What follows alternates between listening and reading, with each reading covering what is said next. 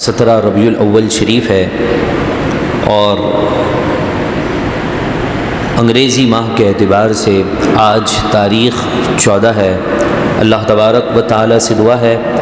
رب العزت ہم سب کو، ہمارے گھر والوں کو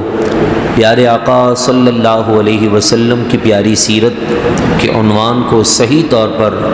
کما حقہ سمجھنے کی توفیق عطا فرمائے۔ فتح مکہ کے واقعات کی آج سے ہم ابتدا کریں گے، اور فتح مکہ کے موقع پر کون کون سی مبارک چیزیں رسول اللہ صلی اللہ علیہ وسلم کی زندگی کے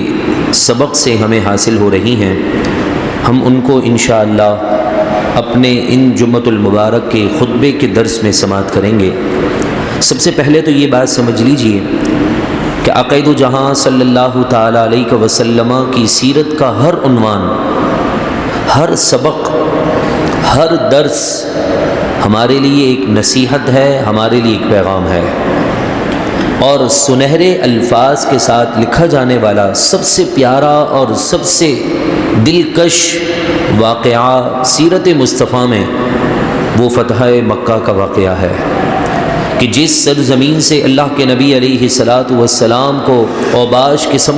کے لڑکوں نے اور وہاں کے اپنے خاندان کے لوگوں نے پتھر مار کر، ہڈیاں پھینک کر، اوجریوں میں نہلا کر جس پاک سرزمین سے اللہ کے نبی علیہ السلام کو نکالا، اللہ تبارک و تعالی نے اسی شہر عظیم کا فاتح اعظم حضور کو بنا کر بھیج دیا۔ یہ اللہ تبارک و تعالی کی جانب سے بہت بڑا انعام ہے ان لوگوں کے لیے، مجھ سمیت ہم سب کے لیے یہ پیغام ہے کہ جب ایک انسان سچی لگن کے ساتھ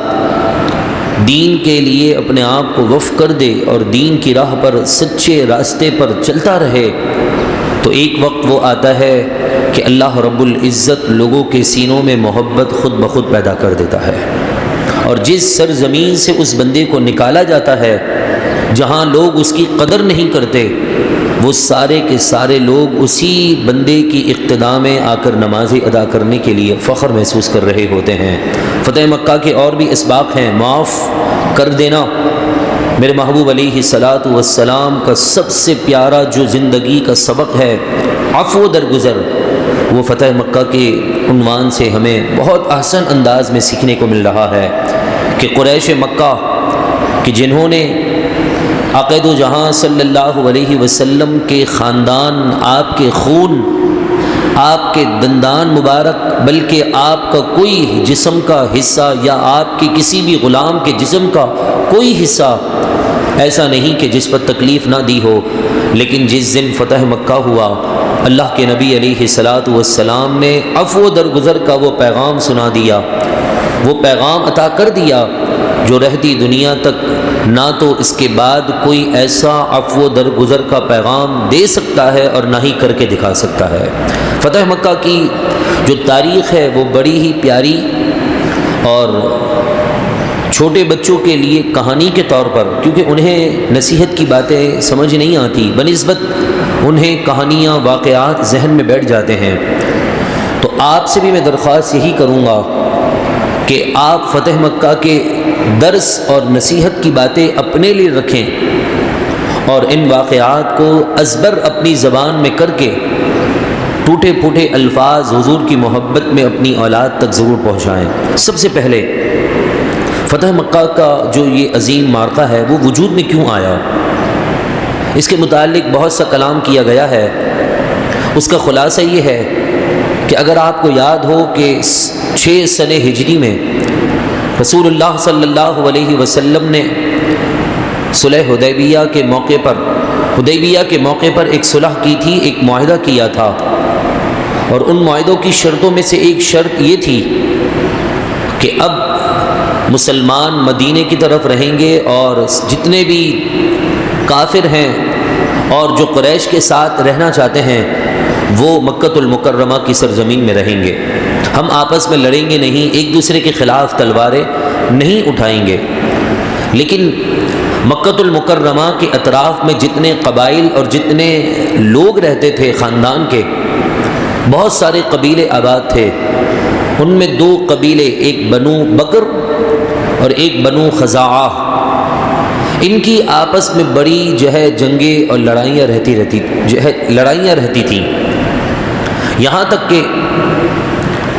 ان میں سے ایک نے رسول اللہ صلی اللہ علیہ وسلم کے ساتھ اپنے اس معاہدے کی باہمی امداد کے طور پر حضور کے ساتھ جا ملے، اور انہی قبیلوں میں سے ایک قبیلہ وہ رسول اللہ صلی اللہ علیہ وسلم کے اگینسٹ کھڑا ہو کر قریش مکہ کے ساتھ جا ملا۔ جب آپس میں صلح ہو گئی اور یہ معاہدہ ہو گیا کہ کوئی کسی کے خلاف تلوار نہیں اٹھائے گا، تو جو قبیلہ رسول اللہ صلی اللہ علیہ وسلم کے ساتھ ملا تھا اور جو قبیلہ قریش مکہ کے ساتھ ملا تھا، ان کی آپس میں نا اتفاقی طور پر لڑائی ہو گئی، اور اس کی وجہ کیا بنی کہ قبیلہ بنو بکر کے لوگوں نے قبیلہ بنو خزاعہ کے لوگوں پر راتوں رات اچانک حملہ کر دیا۔ وہ بے سود تھے اور وہ اس معاہدے سے متفق بھی تھے، بڑے اطمینان میں تھے کہ اب آپس میں ہماری تلواریں نہیں ٹکرائیں گی، لیکن اچانک قریش مکہ کے جو حلیف تھے، ان کے دوست، ان کے ساتھی، انہوں نے قبیلہ بنو خزاعہ پر حملہ کر دیا۔ رات کے اندھیرے میں ان کے سرداروں کو چوکوں پر لٹکا دیا، سڑکوں پر ان کے خون بہنے لگے، یہاں تک کہ قبیلہ بنو خزاعہ کے لوگ وہاں سے بھاگ کر اپنے علاقے سے نکل کر مکی کی سرزمین میں آ گئے کہ حرم شریف میں وہاں پر ابھی بھی یہ رواج، یعنی اس وقت بھی یہ رواج تھا کہ وہ حرم شریف کا احترام کرتے ہوئے خون نہیں بہاتے تھے، لیکن ان کے سینوں میں، قبیلہ بنو بکر کے سینوں میں انتقام کی آگ ایسی بھڑکی ہوئی تھی کہ انہوں نے احرام یعنی حرم شریف کا جو ایک ادب تھا، اس کی تعظیم تھی، اس کا احترام تھا، اس احترام کو بھی ملحوظ نہیں رکھا، اور قبیلہ بنو خزاعہ کے لوگوں کو وہاں پر بھی انہوں نے قتل و غارت گیری شروع کر دی، انہیں مارنا شروع کر دیا، یہاں تک کہ ان کے چند نوجوان اپنی خاص سواریوں کے ساتھ مدینے کی طرف دوڑ لگاتے ہیں، وہاں ان کے لوگ پس رہے ہیں، ان کے بچوں کو یتیم کیا جا رہا ہے، ان کی بیویوں اور ان کے گھر کی خواتین کو بیوائیں کیا جا رہا ہے، لیکن یہ لوگ وہاں سے نکل کر سیدھا رسول اللہ صلی اللہ علیہ وسلم کے پاس پہنچے، اور بخاری شریف اور خصوصاً زرقانی کی کتاب کے اندر ایک روایت ملتی ہے، یہ بھی حدیث پاک کی ایک کتاب ہے، کہ آقا دو جہاں صلی اللہ علیہ وسلم جس وقت بنو بکر کے لوگوں نے بنو خزاعہ کے لوگوں پر حملہ کیا، حضرت بی بی میمونہ رضی اللہ تعالی عنہا فرماتی ہیں کہ اس رات میرے محبوب علیہ الصلاۃ والسلام وضو خانے میں وضو فرما رہے تھے کہ آپ نے 3 مرتبہ بلند آواز سے لبیک لبیک لبیک کہا کہ میں حاضر ہوں، اے میرے امتیوں میں تمہارے لیے حاضر ہوں، اے میرے حلیفوں میں تمہارے لیے حاضر ہوں۔ 3 بار ان الفاظ کو تکرار کے ساتھ کہا، اور ساتھ میں یہ بھی ارشاد فرمایا، نصیرت نصیرت نصیرت، تم گھبراؤ نہیں، تمہاری مدد کی جائے گی، تمہاری مدد کی جائے گی، تمہاری مدد کی جائے گی۔ حضرت میمونہ رضی اللہ تعالی عنہا فرماتی ہے کہ میں پریشان ہوں، گھر میں میرے اور حضور کے سوا کوئی ہے نہیں، میرے محبوب صلی اللہ علیہ وسلم یہ بلند آواز سے لبیک کس کو کہہ رہے ہیں، اور پھر یہ بھی خوشخبری دے رہے ہیں فکر نہ کرو تمہاری مدد ہوگی۔ میں گھبرا گئی اور میں نے حضور علیہ الصلاۃ والسلام سے فرمایا کہ یا رسول اللہ، آپ تنہائی میں کس سے گفتگو کر رہے ہیں؟ آپ کے پاس وضو خانے کی اس جگہ پر تو کچھ تھا بھی نہیں، آپ کس سے گفتگو کر رہے ہیں؟ رسول اللہ صلی اللہ علیہ وسلم نے غصے کی اسی کیفیت کے اندر حضرت میمونہ کو جواب دیا کہ میرے حلیف بنو خزاعہ پر بنو بکر کے لوگوں نے حملہ کر دیا ہے، ابھی وہ رات کو وہاں منظر چل رہا ہے، بنو بکر کے لوگوں نے بنو خزاعہ پر حملہ کیا ہے، وہ وہاں سے اپنی جان چھڑا کر حرم پاک میں، حرم خدا میں پہنچے ہیں اپنی عزتیں اور اپنی جانیں بچانے کے لیے، ابھی وہاں سے کوئی چلا بھی نہیں ہے، اس سے پہلے اللہ نے میرے محبوب کو یہ خبر عطا فرما دی تھی۔ اور یہ غیب نہیں تو کیا ہے، سیرت النبی کے جلسے اپنی جگہ پر ہیں، لیکن انہی سیرت النبی صلی اللہ علیہ وسلم کی زندگی میں یہ سبق بھی ہے کہ آقا دو جہاں صلی اللہ علیہ وسلم نے وضو کرتے کرتے بتا دیا کہ میرے حلیف، میرے ان ساتھیوں پر بنو بکر کے لوگوں نے حملہ کر دیا ہے۔ حضرت میمونہ رضی اللہ تعالی عنہا فرماتی ہیں یہ بات میں نے سن تو لی، کیونکہ اللہ کے نبی کا فرمان تھا کہ ایسا ہو چکا ہے، مجھے خبر دی، مجھے یقین تھا، مگر مجھے عین الیقین اس وقت ہوا کہ جب اس واقعے کے 3 دن کے بعد بنو خزاعہ کے لوگ دوڑتے دوڑتے اللہ کے نبی علیہ الصلاۃ والسلام کے دربار میں حاضر ہوئے، اور حضور علیہ الصلاۃ والسلام اس وقت نماز فجر کے لیے مسجد تشریف لے جا چکے تھے، اور پھر جب یہ لوگ وہاں پہنچے تو انہوں نے اس طرح کے الفاظ کے ساتھ رسول اللہ علیہ الصلاۃ والسلام سے خطاب کیا اور کلام کیا، اور وہ شاعر یعنی شعر کے انداز میں تھے۔ وہ کہنے لگے کہ یا ربی انی راشدا محمدا حلف ابینا و ابیہ الاتلدا فانصر ہلاک اللہ نصرا ابدا وادعوا عباد اللہ یا موددا فیہم رسول اللہ قد حرددا ان سیما خسفا وجہہ تربدا ہم یبیتون بالوتر حجدا وقتلون رکعا وسجودا ان قریشا اخلفوک المواعدا ونقضوا میثاقک الموکدا۔ انہوں نے یہ شعر پڑھنا شروع کیے کہ جس کا معنی اور مفہوم یہ تھا کہ یا رسول اللہ صلی اللہ علیہ وسلم، اے اللہ تو گواہ ہو جا کہ میں محمد صلی اللہ علیہ وسلم کو اپنا وہ وعدہ یاد دلاتا ہوں جو ہمارے اور ان کے باپ دادا کے درمیان تھا۔ یا اللہ تو اس بات پر بھی گواہ رہنا کہ اللہ آپ کو سیدھی راہ پر چلائے، آپ ہماری بھرپور مدد کیجئے، اللہ کے بندوں کو بلائیے، وہ سارے جمع ہو کر بنو بکر کے لوگوں سے انتقام لیں، ان کی مدد کرنے میں رسول اللہ صلی اللہ علیہ وسلم بھی غضب کی حالت میں ہوں کہ اگر انہیں ذلت کا داغ لگے تو ان کا تیور بدل جائے۔ ان لوگوں یعنی بنو بکر اور قریش کی طرف اشارہ کر کے کہنے لگے کہ انہوں نے ہمیں رسوا کیا ہے، مقام وطیر کی جگہ پر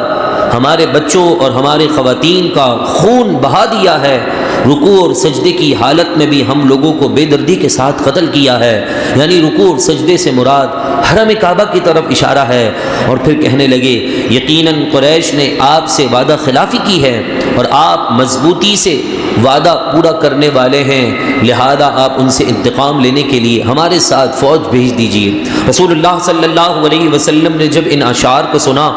تو حضور نے انہیں تسلی دی اور فرمایا کہ اس میں کسی بھی قسم کی کوئی فکر یا گھبرانے کی بات نہیں ہے، ہم تمہاری مدد کے لیے تمہارے ساتھ کھڑے ہیں۔ اب ایسی کیفیت میں کہ جہاں صلح حدیبیہ کے وہ سارے نکات مسلمانوں کے اگینسٹ تھے، میرے محبوب خود اعلان کر دیتے کہ ہم اس معاہدے کو نہیں مانتے، ہم اس معاہدے کو توڑ رہے ہیں، کیونکہ اس معاہدے کی شق میں یہ بات بھی موجود تھی کہ اب ہمارا بندہ کسی دوسرے گروہ کے بندوں کو ہاتھ نہیں لگائے گا۔ یہاں تو 40 سے زیادہ مرد و خواتین اور بچوں کے خون بہائے گئے ہیں، لیکن میرے محبوب کیسے صادق اور کیسے امین ہیں آپ صلی اللہ علیہ وسلم نے اس وعدے کو نہ ٹوٹے، یعنی یہ وعدہ نہ ٹوٹے۔ آپ رسول اللہ علیہ الصلاۃ والسلام نے اپنا قاصد قریش کی طرف بھیج دیا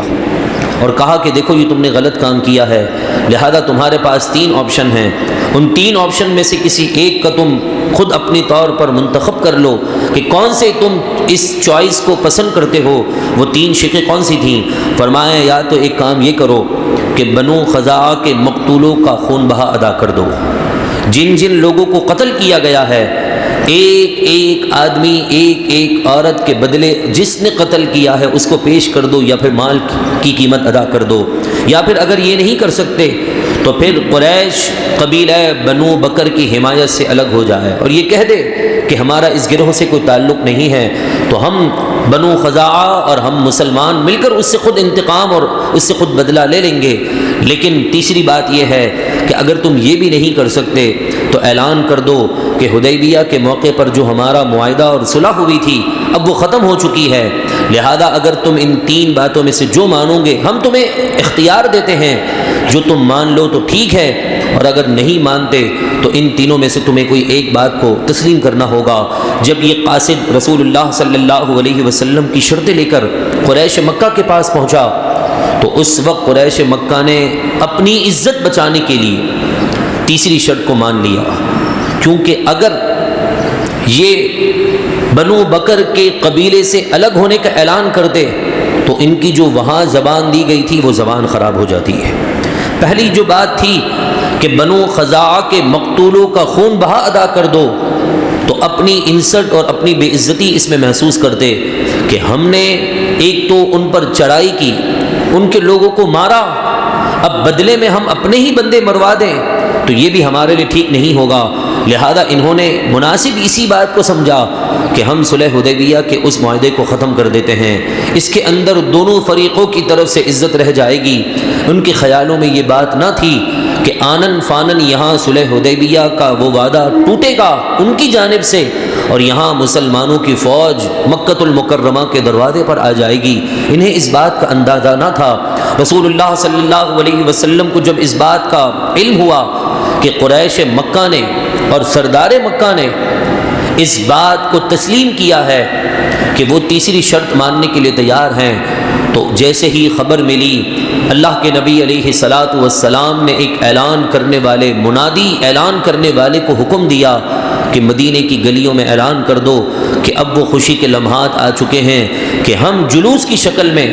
مکۃ المکرمہ کی طرف روانہ ہوں گے، اور وہ لمحہ جلد آئے گا کہ جن گلیوں سے مجھے دھکے مار کر باہر نکالا تھا، اللہ اسی پاک سرزمین کو میرے ہی ہاتھوں سے فتح عطا فرما دے گا۔ اور پھر اس کے بعد کس طرح مکۃ المکرمہ میں مسلمانوں کی فوج داخل ہوئی، کس نے کون سی بات کہہ دی، کس طرح مسلمانوں نے کافروں کو امن دیا، اور کافروں کو کس طرح مسلمانوں کی تلواروں سے روکا گیا۔ انشاءاللہ ان تمام باتوں کو سماعت کرنے کے لیے اگلے جمعۃ المبارک کو ہم انہی لمحات میں جمع ہوں گے۔ ایک بار پھر زندگی نے اگر وفا کی تو ہم سیرت النبی صلی اللہ علیہ وسلم کے اس عنوان کو آگے لے کر چلیں گے۔